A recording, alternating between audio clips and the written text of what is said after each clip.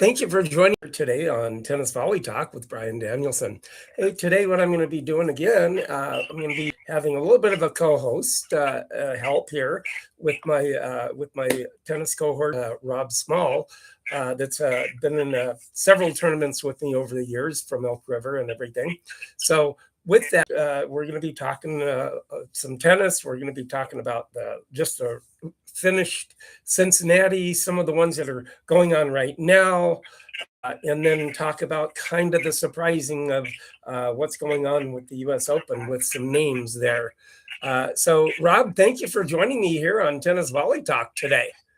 Hey, Brian, always a pleasure to be on here. Oh yeah, it's always a pleasure having you on here to be able to talk some tennis and everything.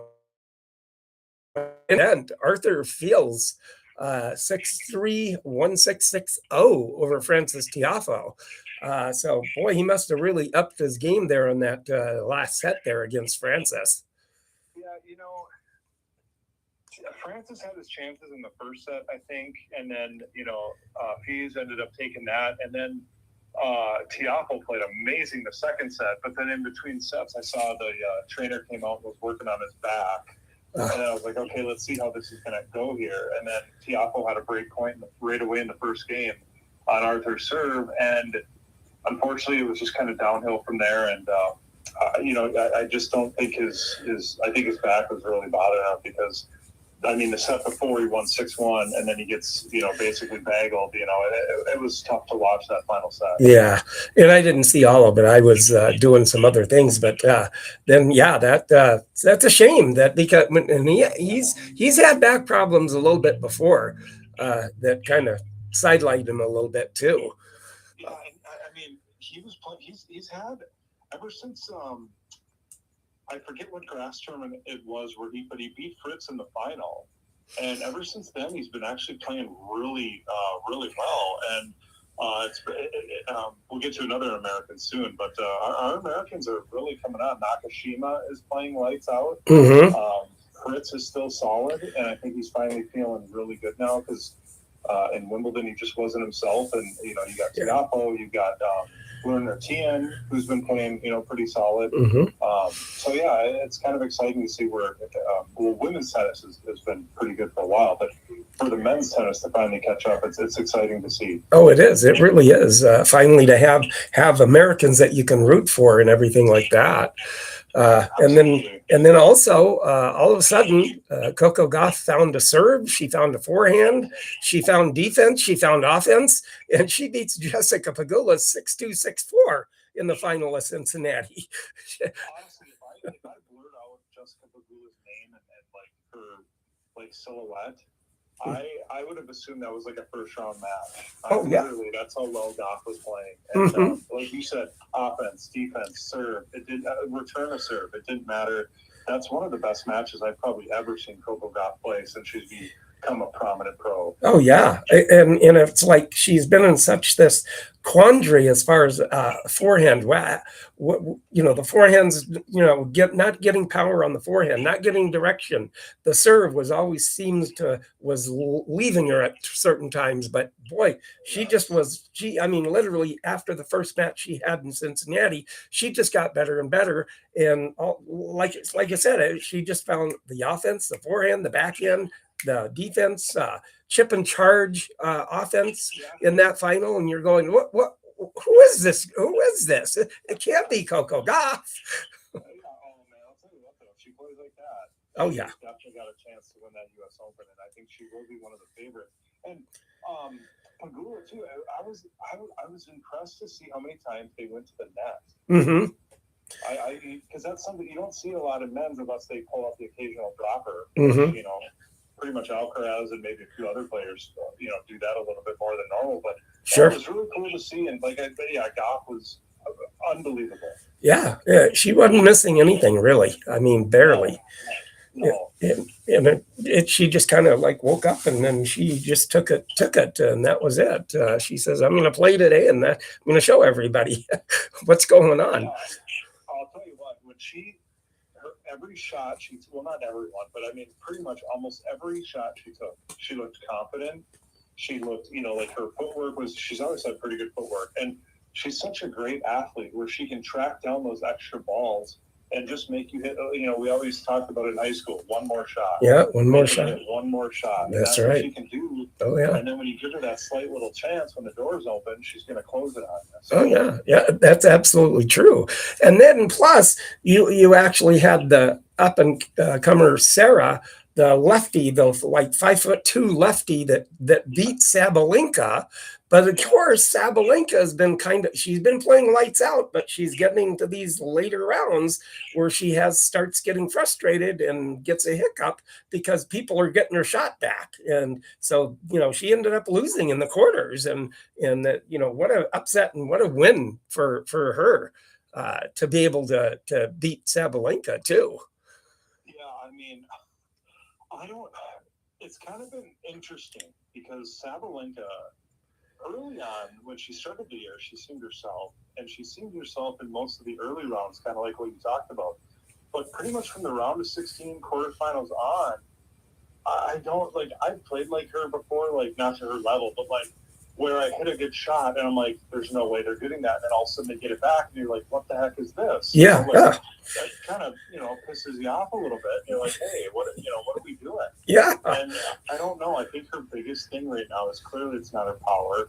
She's added some finesse to her game. I think it's just a mental thing, and yeah, it's just something she has to get by. Oh yeah, she does, and then you have the like I said, the Pikulas, the Gauffs, the Sabalenkas, the Rabakinas. Now, of course, Rabakina, she pulled out against Iga, and of course, you got Iga on there, but you know, she pulled out against Iga with a leg problem or knee or whatever. So we just hope that she's going to be okay for the U.S. Open this coming up next week. With that, so she can kind of get back into. But I noticed some thing with Rabakina though is she tends to she gets too predictable because people plant themselves on the forehand side. They hit it to her forehand. She hits it forehand cross court. That's all she hits it practically. 80% of the time, maybe 90, forehand cross court. She goes to her forehand, she goes back to the forehand, and people are getting a little bit too predictable with Rabakina. Yeah, you know, you almost wonder if it's kind of the Sabalenka effect, where she kind of, you know, you kind of know where she's going with it, and great ball striker. But yeah, again, you got to mix it up. You know, throw in a slice, throw in. You know, like just turn your body a little bit because she's so good. She can just maybe go down the line. Yeah, down the line on the forehand. Yeah. I mean, I was going to say, we'll see what her coaches say. Yeah. You know, but that's the first thing I would notice. I mean, if you're noticing it, yeah, they're noticing it. I can guarantee it. Oh, absolutely. You know, and stuff. And it's like, okay, well, gosh, don't you wish we could have that coaching position and be talking to me? Oh my gosh, wouldn't that be fun, huh? I'll tell you what, it'd be really cool. You know, I've had a coach in high school, but never like a personal coach in a team. And, you know, to break down the little things and to help you, like mentally, maybe when you don't even feel as confident, that's what they're there for. And like, why is this not working? They're going to break it down for you. That's their job. This is what they do. And especially if you get a guy like Darren Cahill, oh gosh, everything that, I mean, he's worked with Agassi, he's working with Sinner now. Brad Gilbert is another one. Oh yeah. Coach. Oh yeah. Those guys are amazing. Oh, they are. They just have that tennis insight. You know, I mean, they may not have been all up in the very best of the world, but they were pretty far up there. But yet they have the tennis mind to show the people how to get to where they're at in the upper echelon, you know, in a sense. But, you know, sometimes, like, I've seen it a lot in basketball and things like that. Usually really good players make horrible coaches. Because they're so good, they can't teach what they do. Yes. How are you going to teach a guy to hit an all-out forehand when you're 2 match points down against Federer at the U.S. Open? Like, you can't. You just can't teach that. And the way Nadal would just crush the ball and bully it and bully people around the court, you can't teach that. But if you get a guy like a Brad Gilbert who worked his butt off, or a Michael Russell, or some, you know, the grinders, those are the guys. Like, I think David Nalbandian. Oh yeah, I think a really good coach, because there's a guy who ground stroking machine. Oh yeah, he was. He could compete with anyone on a good day. Oh yeah. So those are the guys I think those are your coaches right Yeah, there. and Not that Federer couldn't coach. Oh yeah. But like how do you teach when you're that good? It's really hard to teach someone. Oh yeah, I mean it is. And Nalbanyan, that's another. His game reminded me so much a lot of Mislav Mashir, the big cat, that just was smooth around the court. People were terrified to play Mashir because he would just take them out of their game, but he got to everything. But if you ever watch any tapes of him, he was the smoothest mover on the court you could ever see. Oh, and that helps big time, especially if you're a consistent just ball striker and good mover. That literally already puts, people hate that. It's almost like you're a consistent backboard, and then you get that one shot and just boom, just crack it. Oh yeah, absolutely. something like Kurt Horton that I just interviewed there last couple of weeks there. But his son, I mean, just gets to everything. I mean, but of course he has the abundant energy of youngness right at this time, and he's getting into tennis and really falling in love with it, and it's showing because he gets to everything, and no matter, and he doesn't get tired. He just keeps running like an energy bunny almost. He's like a little Guillermo piece. Yes. Just runs like a jackrabbit and just gets to everything and makes you get almost exhausted watching him. Yeah. Oh, I know. And I did whenever he was getting my shots. And it was like, okay, stop it. Well, yeah, you're making me tired looking at you run. Well, he has an advantage too because, bills to pay and, stuff like that. Like, True. You're retired now, but still, that's his life is tennis and school and stuff, and he's running around and he's 14 and he weighs, way less. And, oh yeah. I wish I could have 14-year-old legs again. Oh yeah. Oh, me too. Oh my gosh, who wouldn't, right? But it's a testament of him just going for it and oh yeah, to win that point. No, absolutely it was, and I give him props. After he demolished me, and I said to Kurt, Kurt, well done. You've taught him well. I hope maybe next year I'll get to play him because I can't play the fall. Unfortunately, I'll be in Texas. But okay. Yeah, I hope I get to run into him at some point. Well, gosh, if you ever float by Mason, Texas, there's a red clay tennis court there a guy made. So if I'm close enough, I'll take a look. Yeah, he's. I got his number, but he knows who I am. So, if you ever get close there by there, that's in Mason, Texas. A red clay tennis court a guy made. So I played on clay, I played on grass. The only thing I really haven't played on is red clay. Mm-hmm. That's on the bucket list. That's on the bucket list. So yeah, that'll be a good one there. Now, also what's happening here, we also have the WTA in Philadelphia. That's the week right before the U.S. Open. With the women, they're playing now in that tournament for this week, and then we have the Winston Salem for the ATP for the guys out there, and then also qualies are going on now at the U.S. Open, which I would have been leaving on Wednesday and getting in there and going to see the U.S. Open Fan Week but I had a busy summer this summer with helping somebody move and stuff like that, so I just kind of went.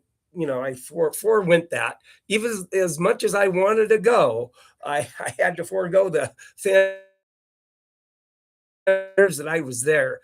It was just the most unbelievable time and fun, and being able to see what I saw and do what I did whenever I went there. Yeah, that's awesome. And plus, it was like.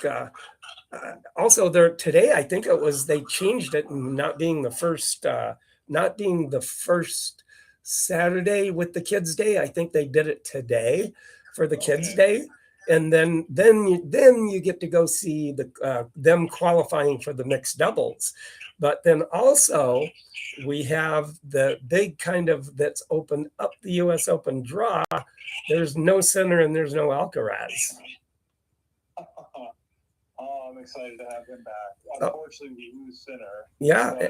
We get Alcaraz back. No, some people are, I've been looking online. The only platform I really have is YouTube. and I like to, see what the tennis posts and what the people are saying.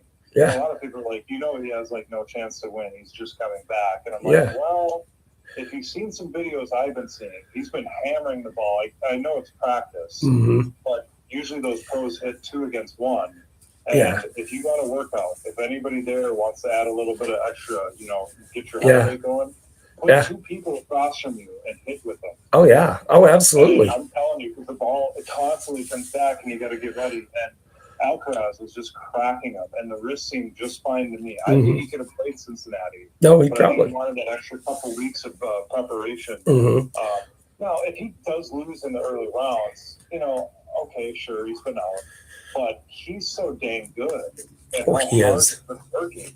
Oh, yeah. It wouldn't surprise me if he went really far. Oh, yeah. Well, that's true too. But I was just kind of going over the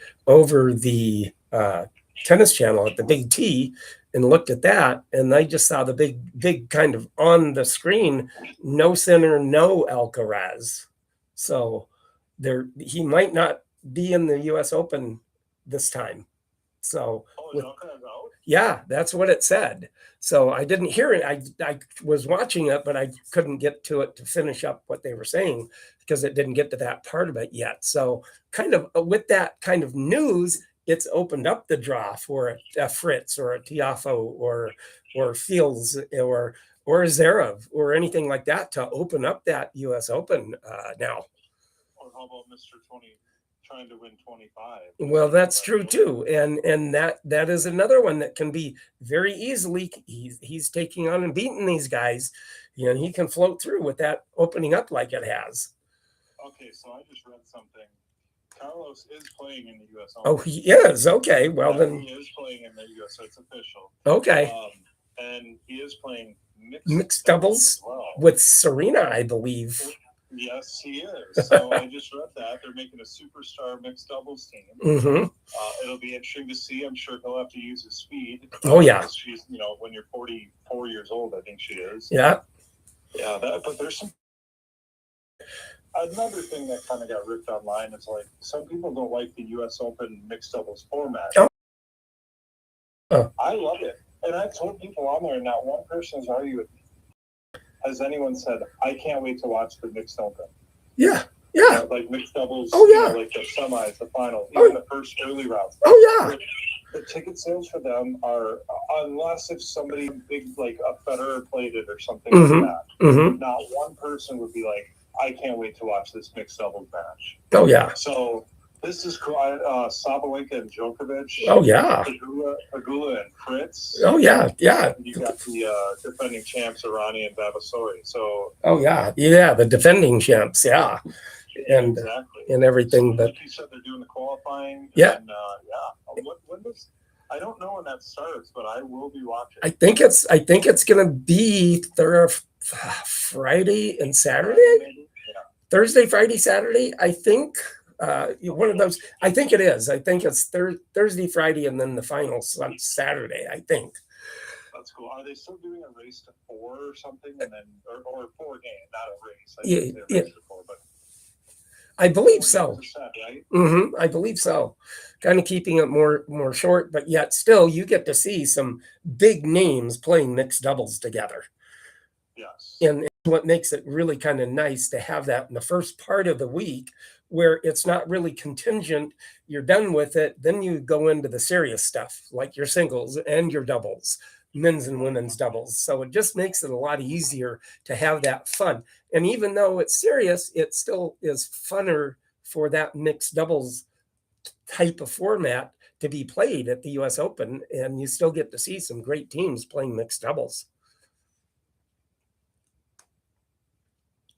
I think you do. Yeah, absolutely. I agree. I can't wait to see it. It's really cool. Oh, sure. And then with that too, you have like with all the men's and women, the women's side, it's kind of going to be kind of predictable up until the round of 16 and stuff like that.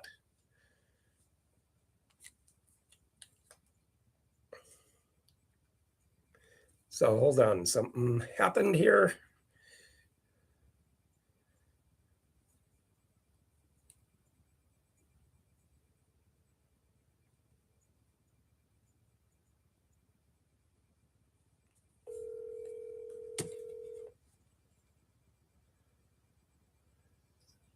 sorry, bro. Got disconnected there. Yeah, it happens sometimes. So You've had some glitches the past couple of weeks, huh? yeah, I've had a few little glitches here and there with getting the podcast right and everything. I didn't do one last week because I was waiting for Cincinnati to end, and I knew I was going to have you on it today. So kind of this week is this week's podcast going into the U.S. Open and after the Cincinnati. So that kind of works out a little bit better at times. Yeah. And everything like that, but still with the men and women in the draw, you still have now the aspect with most of the women that are going to be in the round of 16, quarters, semis, and all that are kind of the main women, if they're going to be playing, are going to be there. So it's kind of really a shoot between Sabalenka or Rabakina or Rabakina or the Gauff or some of the upper comers that are like Marta Kostic. Then she's really been playing good too, and she can on any given day come around and wake up and hit some good tennis also. Yeah, I mean, she's a name you keep like if you've watched this summer, like you keep seeing her name going further and further in each draw, and it'll be interesting. What I like about the women's draw is like you kind of know, but you don't really. Mm-hmm. Look at Wimbledon, for example. Nobody picked them. Mm-hmm. Nobody picked two Czech women, and competing in the finals. So we'll see with the men now with Alcaraz out. I wonder if we are with Sinner out and Alcaraz back, but maybe he's not 100% because we'll see what happens. Like I said, he's been training very, very hard. Mm-hmm. And but at the same time, it's different. You can practice is one thing, but match play is different. So we'll see. Maybe we see a Djokovic there final or something like that. But I'm excited to see. Oh yeah. Oh, it'll be well worth seeing there too. And then and then of course then you have the men now with Alcaraz back, but then there again you have the Fields, you have the Zverevs, you have the Fritzes, the Tiafos, in that core group, Nakashima, Tien. You got all those Americans there that are still vying for it too, which on any given day, but Fritz can wake up and have a very good U.S. Open this year because he has been on unbelievable serve streak too. Absolutely. Fritz, this should, especially if Alcaraz gets knocked out early and the two big dogs are gone, this has to be, Fritz has to say to himself, like, this is my time. Like, I have to get it done now. Oh, yeah, absolutely. He has to get it done now.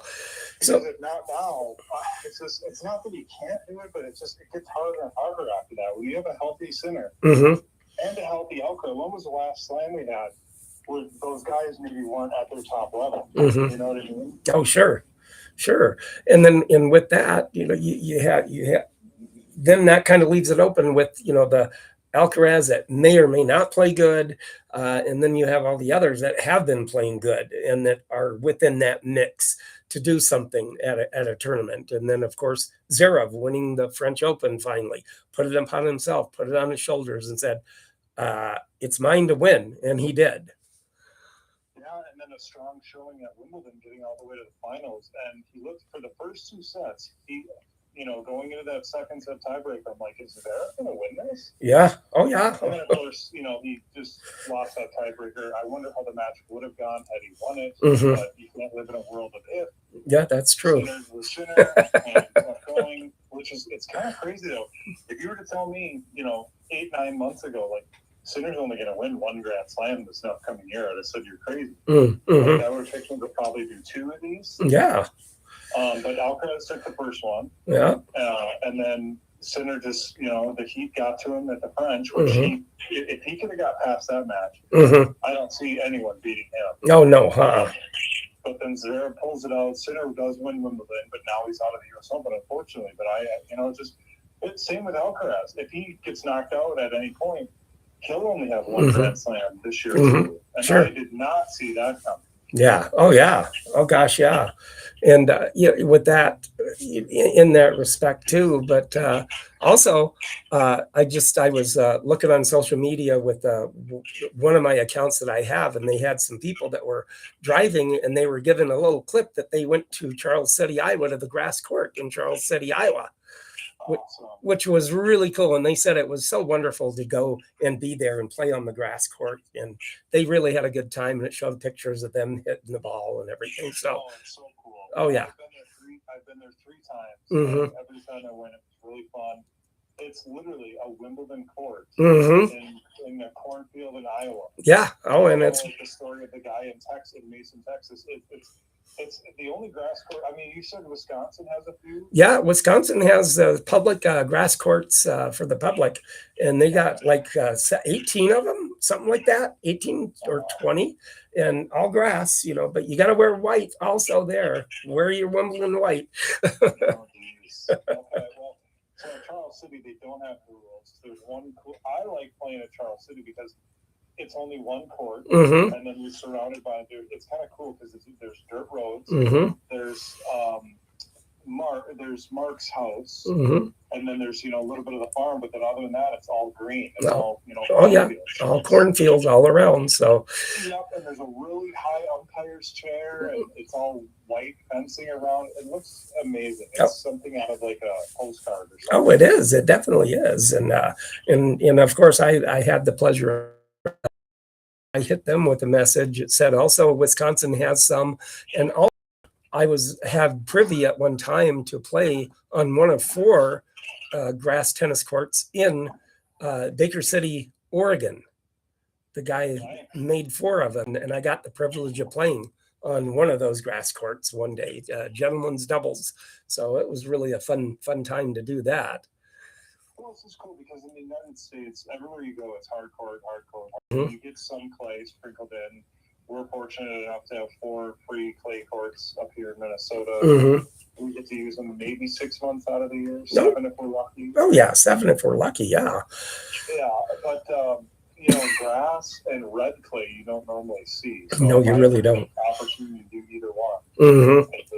Oh yeah, you got to take the advantage of it. So everybody out there, if you like, subscribe and comment if you like this, the talking the tennis that we do, and you YouTubers out there, just be sure, and you're going to see Racket of the Week coming up, and then you podcasters, you're going to hear about it. So if you want to take a look at the Racket of the Week, then be sure to look Racket of the Week in that respect, and then we'll get it, that way you can get with that too. So other than that, with that was kind of like, get out there, like, subscribe, and comment with everything there that you have and everything. So but yeah, you're going to be able to see that, and then plus it's just a matter of getting out there and keep on playing. And then also a little, I guess maybe I'm going to ask you to have your coach hat on here a little bit, because what I'm going to be doing, I'm going to be playing your doubles partner tonight, Darren. So yeah, so any tips on how to return that massive spin serve he has? Both ways. If I were you, I would try more so to. It's hard because I don't mean to rip anything, but your forehand's way better than your backhand. Mm-hmm. Mm-hmm.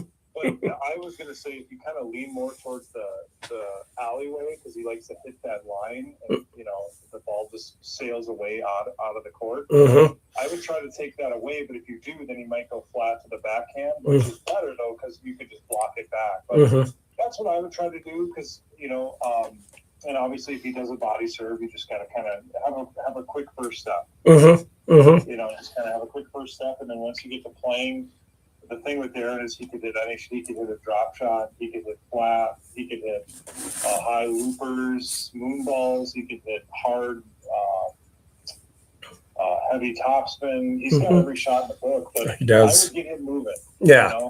because he hasn't been moving a whole lot lately. So just try to go back and forth on him. Yeah, try to go back and forth. That's at least one way to do it here. Where are you guys playing? I'm going to play over at the single court that you guys went to that one day, and we all three hit together over by me, over by the park there. Gosh, you in Blaine? Yeah, in Blaine, or yeah, actually here in Blaine. Yeah, just not very far from me though. Yeah, right on. You'll have to tell me how you guys did. Yeah. Oh, I'll definitely do that. The other thing I was going to say too is Taylor Fritz beat Podar. Mm-hmm. Rafa. They have another Rafa from Spain. Mm-hmm. He won the DC Open, and then so there's another American winning another very good summer tournament, and then Shelton beat Nakashima in the Montreal Open. Montreal, so, yeah. Oh yeah. All-American final. Nakashima's been playing outstanding. Oh, he has. Shelton, up until Cincinnati, he'd been playing pretty dang well. And he's another guy, too. If Shelton's serve is on, oh, gosh. And he just stays consistent and doesn't, because sometimes I think he gets a little impatient, tries to go to it, goes for it too much. Especially against the really good, like the Djokovic, those guys are going to just be patient as, they'll play 30 shots if they have to. Oh, sure. And just wait for that one opportunity. And I think that, Shelton just needs to be just a little bit more patient. You can be brave and go for that shot. Just make sure you set yourself up before that. And I think he's going to do well. I want to see how all these Americans, the Nakashimas, the Tians, all those guys, and then how are they going to counter what the Europeans are doing? Felix Auger-Aliassime, there's another guy that, he was the 2 seed in some of those tournaments, and he just, he hasn't been playing his best. So he turns it on for the U.S. Open. Oh yeah, and on any given day, he has a game to match these guys for sure.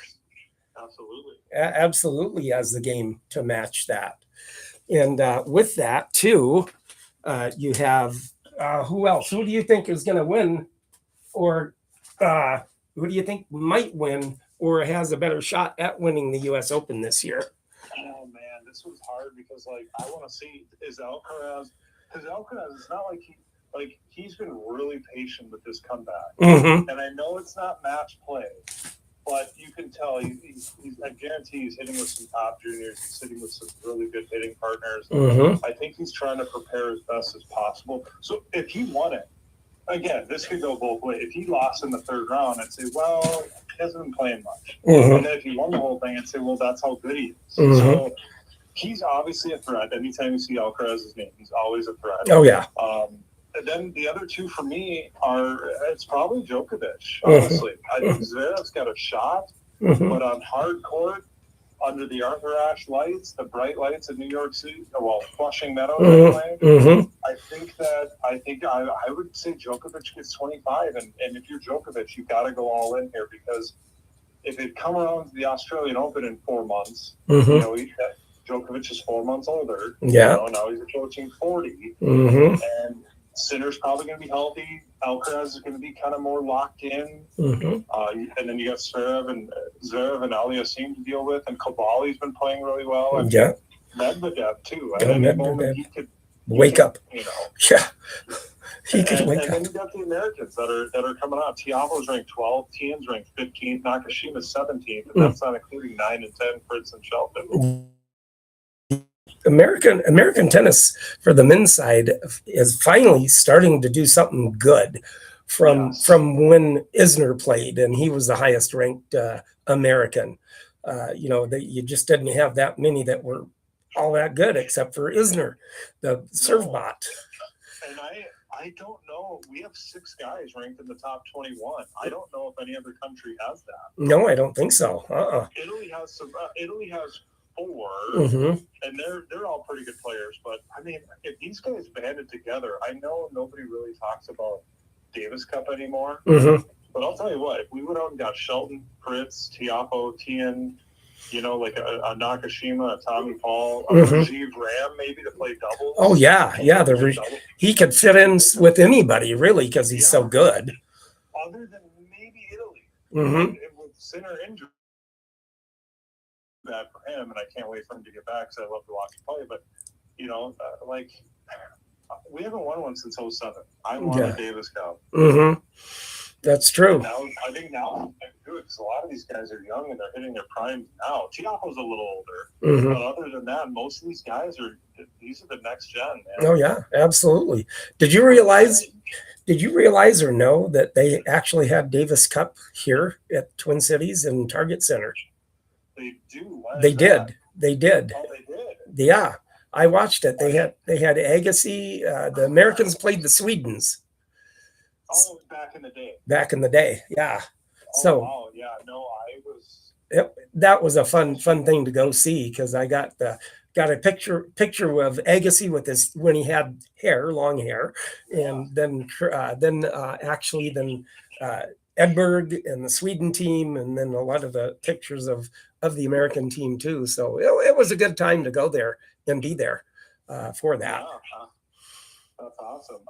Trust me, if I would have been of age, I would have definitely gone. What year would you say that was? I would say it was probably 1990, late 90s, I think. Oh, wow, okay. Yeah, late 90s, 98 maybe. Well, probably earlier than that, because if Agassi had hair, because when did he shave it? Like 96, 95? Oh, yeah, that may be true. So it could have been earlier, 91 or 2, something like that. Could have been. Yeah, I was probably 7, 8 years old then. So trust me, if I was in the Kirby bucket back then. Oh, that's it.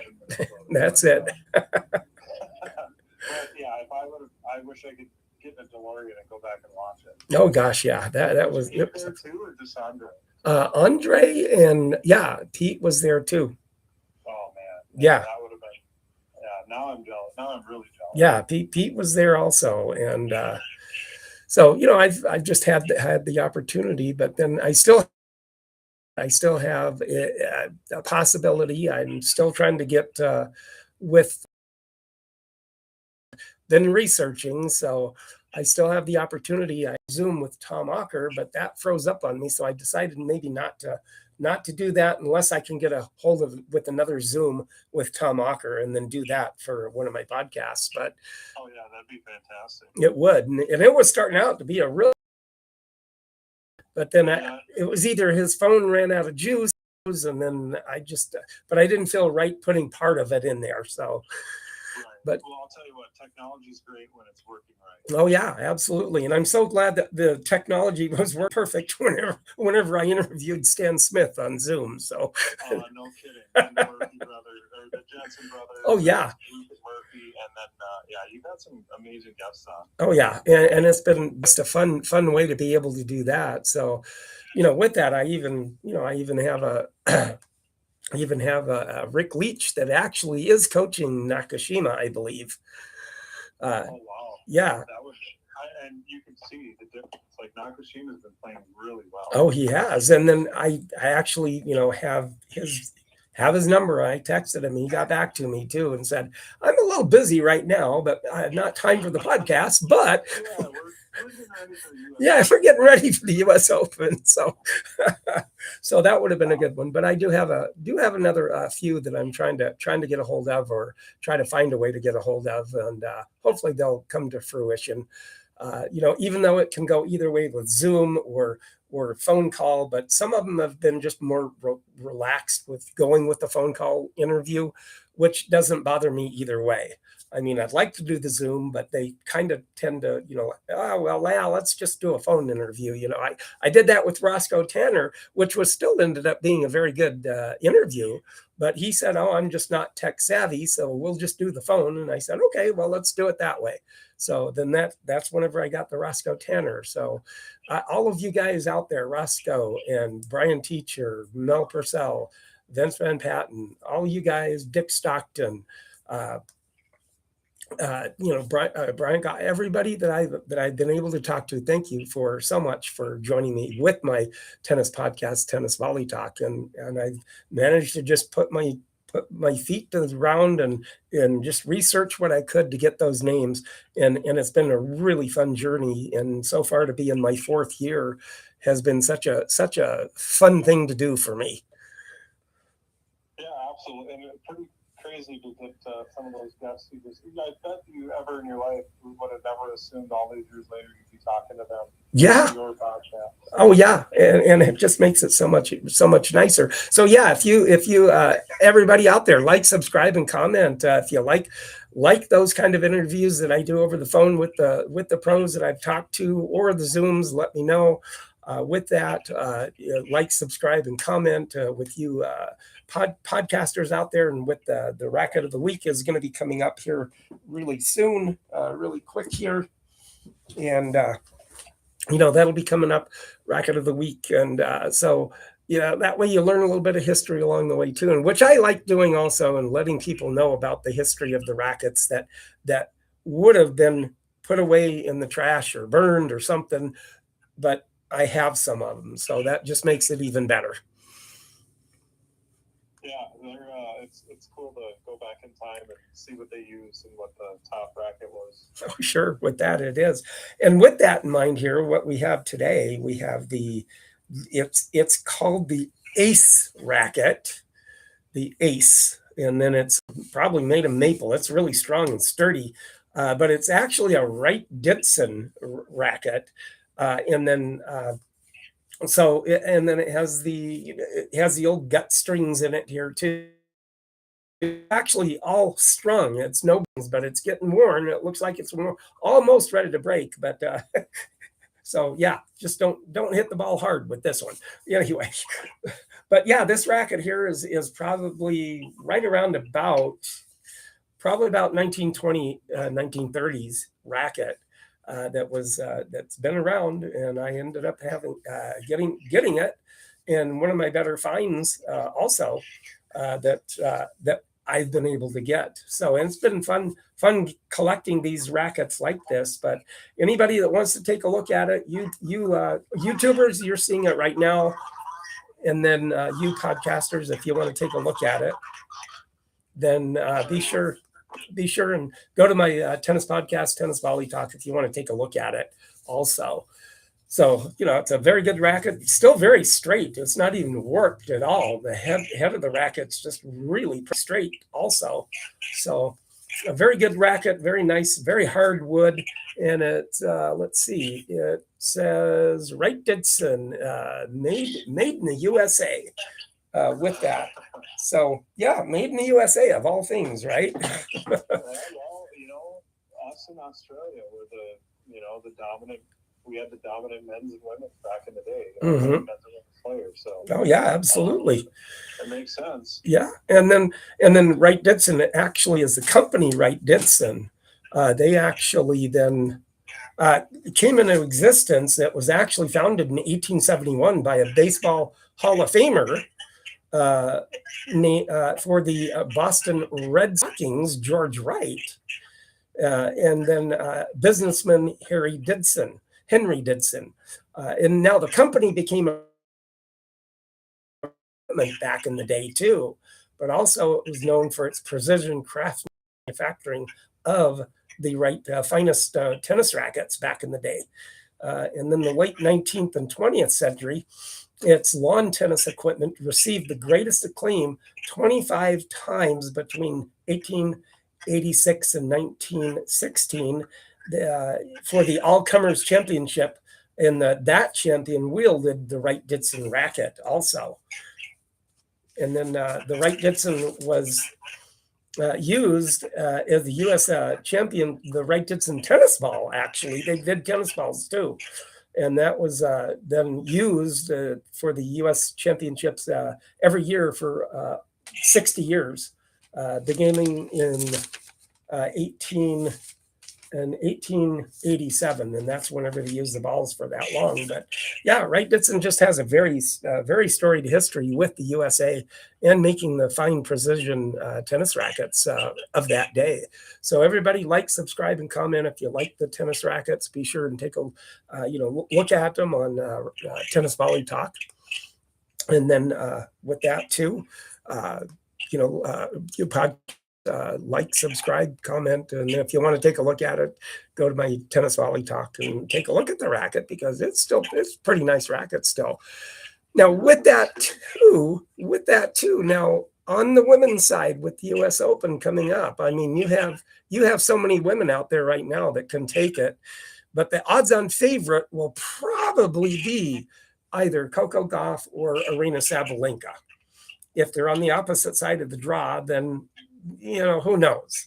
But in between, you have a lot of others that are up and comers that might win it. But odds-on favorite, most anybody will probably be going with Sabalenka with the odds-on favorite. But now with the way CoCo's playing, you can't count her out now. No, I mean, if she plays like that, she's going to win it. But I think that Pegula is a solid player, but I don't know what needs to be a little bit more brave. Rybakina, again, maybe a little bit more variety. Sabalenka, you have to think she can't go a whole year without winning a slam. Mm-hmm, mm-hmm. So it's got to be her, right? Yeah, so yeah. CoCo's playing well, and Andreeva. Mm-hmm. We'll see, and then you got the two Czech women, Noskova and Bukova. Mm-hmm. They're always threats as well. Swiatek, I can't believe, is already down to number 8 in the world. That's a pretty low ranking for her. Mm-hmm. And Svitolina and Anisimova, Kostyuk, mm-hmm. and then Bencic, and then Osaka are right behind her. Mm-hmm. So, with the women, again, it's kind of been a wild card. There's been 3 different Grand Slam events. There have been 3 different champions. Yeah, and you never know. Could be another new one at the U.S. Open this year too. So who knows? Yeah, exactly. Maybe Anisimova is probably Gauff, Pegula. I mean, we still have some American women in the top 10. We got 3 in the top 10. Mm-hmm, mm-hmm.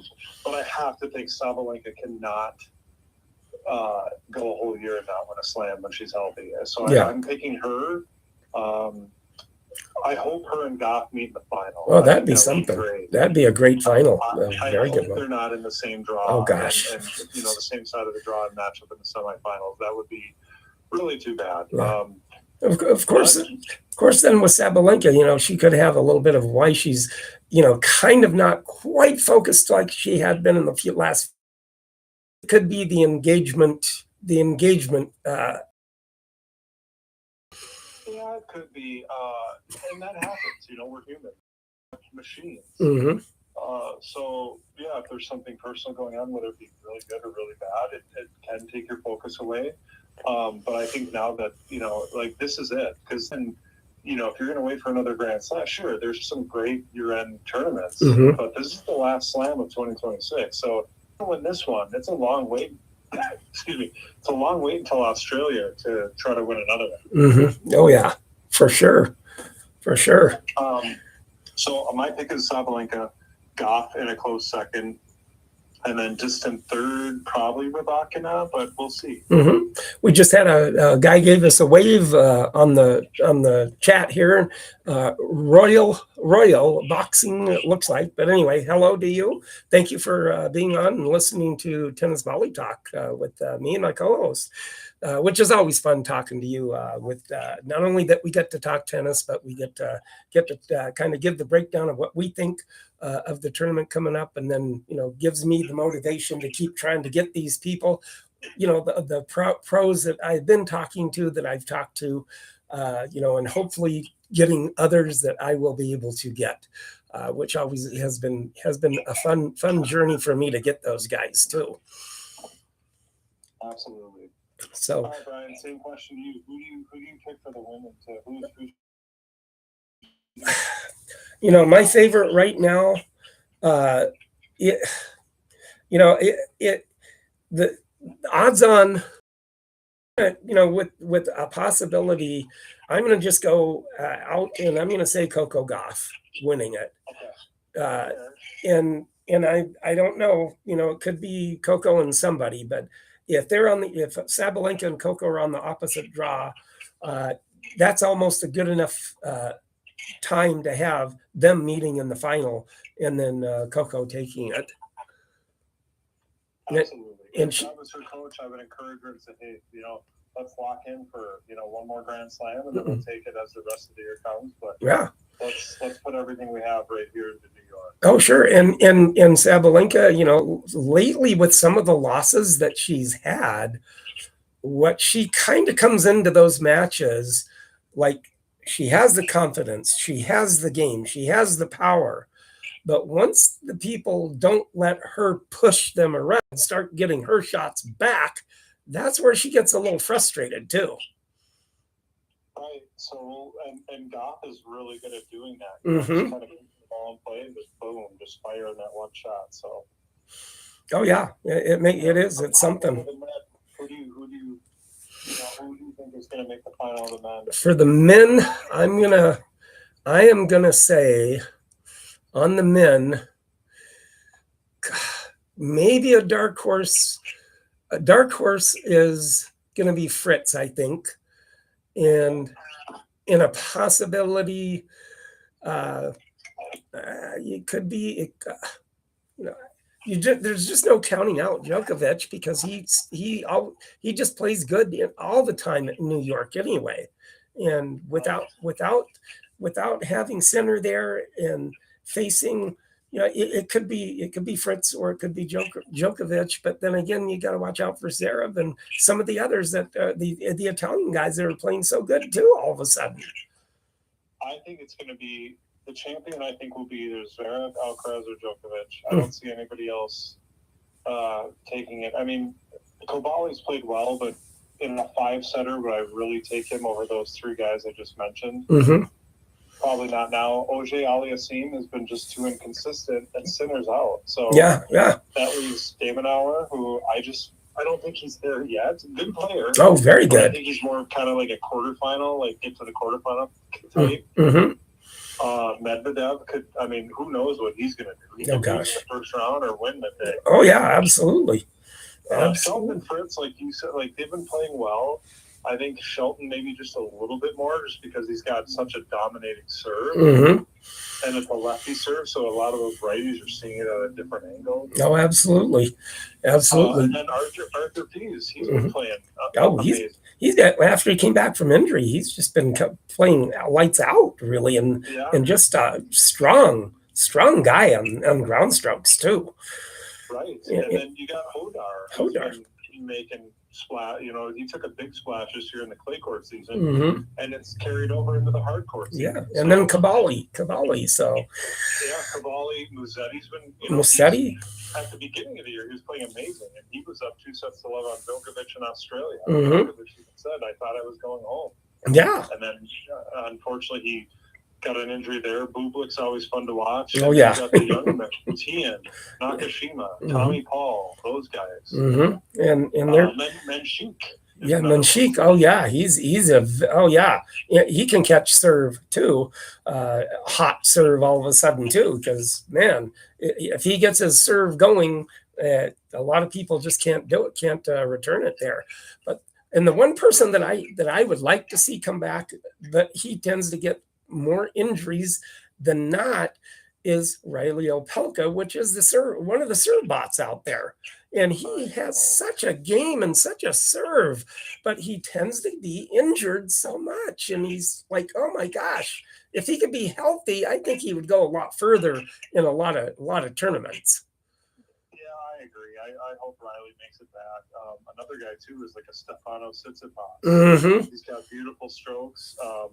He's ranked 53rd in the world right now. Yeah. We'll see. Maybe if he has a deep run, he'll shoot back in the top, 20, soon if he keeps working hard, and we'll see. And then, what is it?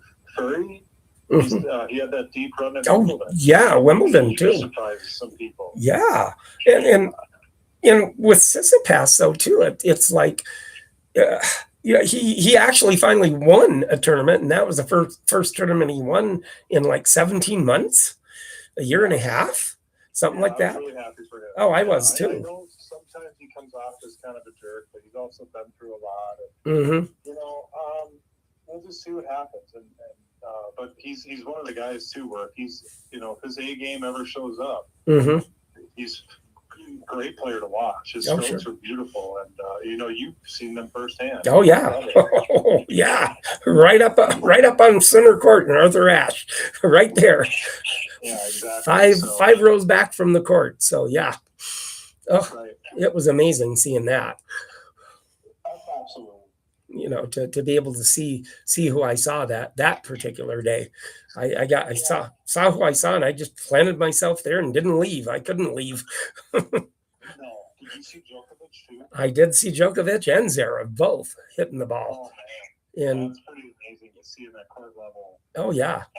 Oh, it was just, Matt, strokes, they're everything. yeah, saw Maddie Keys that day. I saw Katie Bolter, Diminar's wife now. Oh, sure. And then saw her. And then I saw right after that, I saw then Sabalenka came out. And I saw her hit in practice and hitting the ball. And it was like, oh my gosh, you don't realize, you see it on TV, and she has such power on TV until you see it in person, her hitting the ball. It was like, how did she even hit it that way? It was, oh my gosh. And then Tsitsipas came out, and it was kind of good to see that. Oh yeah. Yeah. That's really cool to see. And you just see the timing and the precision that they use. Mm-hmm. It's remarkable.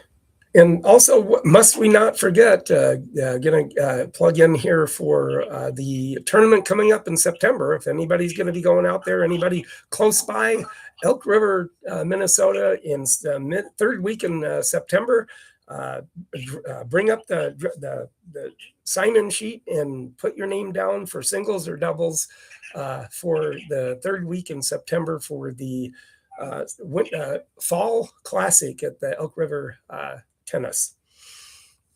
Yeah, I wish I could play that. I love playing the fall because it's not as big as the summer. The summer one, you're waiting around, and it's still amazing. I love playing the tournament. It's my favorite one. Mm-hmm.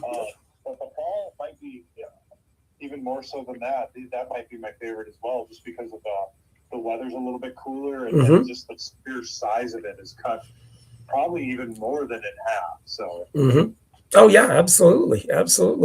And so, but it's always a fun tournament at the end, but always nice to be able to promote, and that's why I was able and liked getting the prior players that played for Elk River on my podcast, and that they were all such fun interviews to be able to talk to.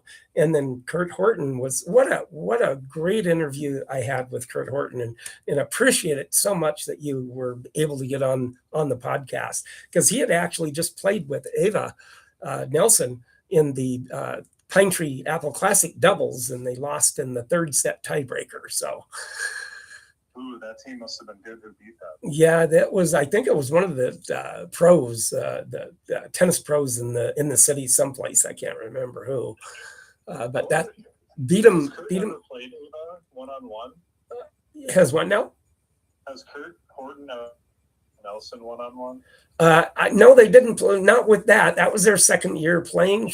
First year was last year, he said, and they did okay. But this year they did a little bit better, but they got beat in the third set tiebreak. Yeah, I mean, it's hard when you don't know somebody as well. Mm-hmm. Even if you're two good players, that doesn't mean you're going to make it. Oh yeah, fantastic. Like Nadal and Djokovic once did that, and two great talents. Obviously, the top two to ever play. That doesn't mean you're going to make a great doubles team, but yeah, when you're that talented, though, something's going to happen. Oh yeah. But I wonder if have they ever played against each other? Oh, I don't know. I think that'd be a fun singles match. I know Kurt maybe doesn't play as much singles lately. It's probably more doubles, but that'd be fun to see those two hit against each other. Oh yeah, I mean, as well as Ava hits the ball, but and then of course I had the pleasure of actually interviewing Ava and also Maya, her sister. Which was great interviews with both of them. It was a fun interview. So I made sure I thanked both of them for being on the podcast. So it was good. And they said it was a fun thing to do. And getting all kinds of local players and past legends from Maya Nelson to Stan Smith on your podcast. Yeah, and I think that's such a good variety of learning somebody's, and that's why I started this, as it kind of turned into learning about somebody's tennis journey instead of like going and covering. And a lot of the podcasts out there, don't get me wrong, are great, and they talk about the tournaments and the statistics and who and everything, but with what I do, I think one of the unique things of not only showing history of the racket or finding what the person's tennis journey was. And Absolutely. And it's just kind of with the whole variety of the people that I get, because I do have in the works to be able to do probably another phone interview with a couple that actually just made in, oh gosh, where was it? North Carolina or somewhere in the up there. They just made their own grass tennis court. So they're putting it out there on the social media to come and play on the grass tennis court we made. And so I have to give them a call and see what they might think about doing something. I don't know. Oh, that's cool. Yeah, that's really. And then we can't forget this Saturday at 5:30. Some people still say he's the GOAT, and as far as tennis strokes, he is. But Roger Federer is getting inducted into the International Tennis Hall of Fame. Yes, he is. And then along with Central, 6:30 Eastern, he'll be in Rhode Island. Rhode Island, yep. And then Mary Carrillo, the premier announcer that has been around, and famed acclaim winning a doubles with John McEnroe. Right. Yeah, I mean, she obviously deserves it. Her work in tennis, every time I hear her voice, it takes me back to like when I was a kid and listening to her calling like Wimbledon matches. Mm-hmm. She's got an iconic voice, and oh yeah.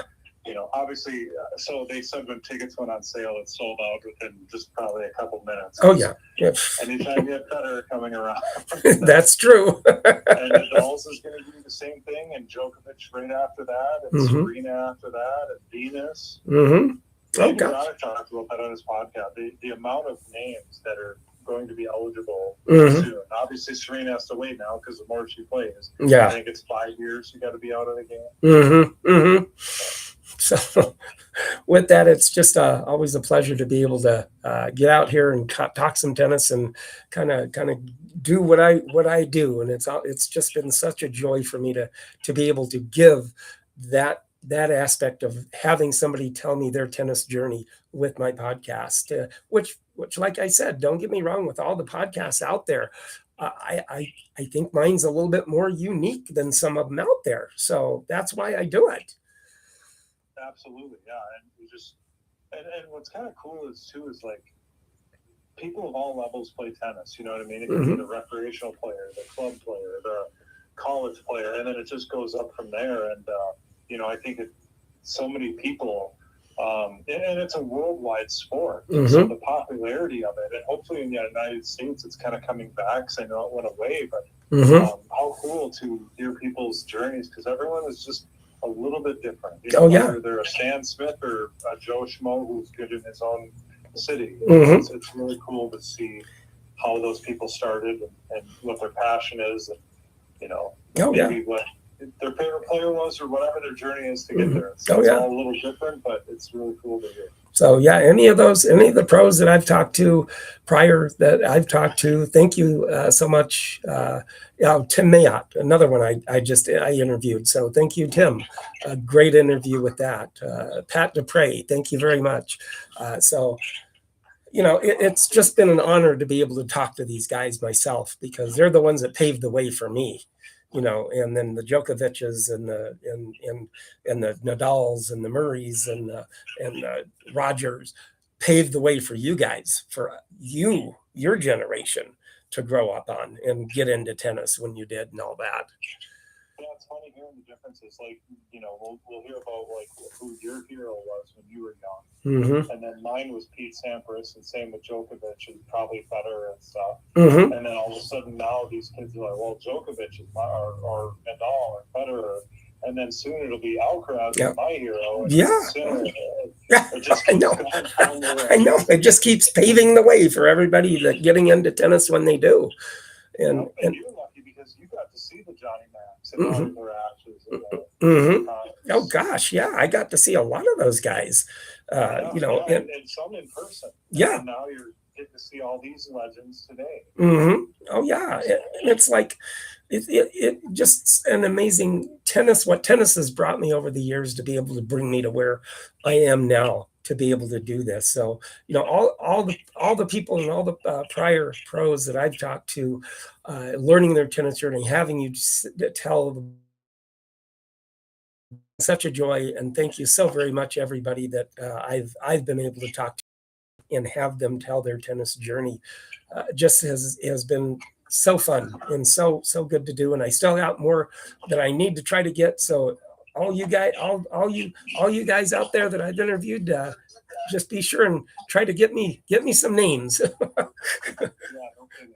We'll take anyone to get it. And they're great. They're it's great to hear from them, especially somebody who played at such a high level and everything that they've done too. Oh, absolutely. And there is one that I might be, but that's really in the fruition. But I'm still trying to work the person over to get the person that he suggested. So possibility, but I don't know yet. So I'm still working him. So, Rob, thank you again so much for having such a great co-host again today, and we'll catch up after the U.S. Open, and then we'll take it then. But thank you so much again for joining me on Tennis Volley Talk. Well, yeah, always a pleasure, and yeah, I just can't wait to see 2 weeks out. The mixed doubles is going to be fun, and then who's holding the trophy. Come September. Yep, that's it. So, well, thanks, Brian. I appreciate it. Oh, appreciate it too. Thank you very much. Thank you. You take care. Bye-bye. Yeah, bye. Well, that was it. The interview with my co-host. So we just kind of went on a whole bunch of different topics. So I hope that was okay. But anyway, everybody out there, if you like, subscribe, and comment with that, and then thank you for listening. And then if you're still playing outside in the warmer states, keep it up. And then it'll start getting kind of cooler here in the next next month, and so I may have to go inside then. So everybody, take care, and I'll talk to you next week. Have a great week.